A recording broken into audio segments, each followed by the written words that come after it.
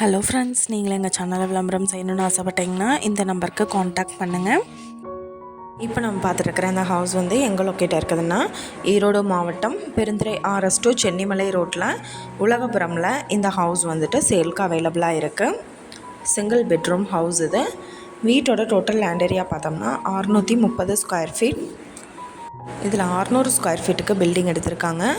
போர் அவைலபிளாக இருக்குது. EB facility இருக்குது.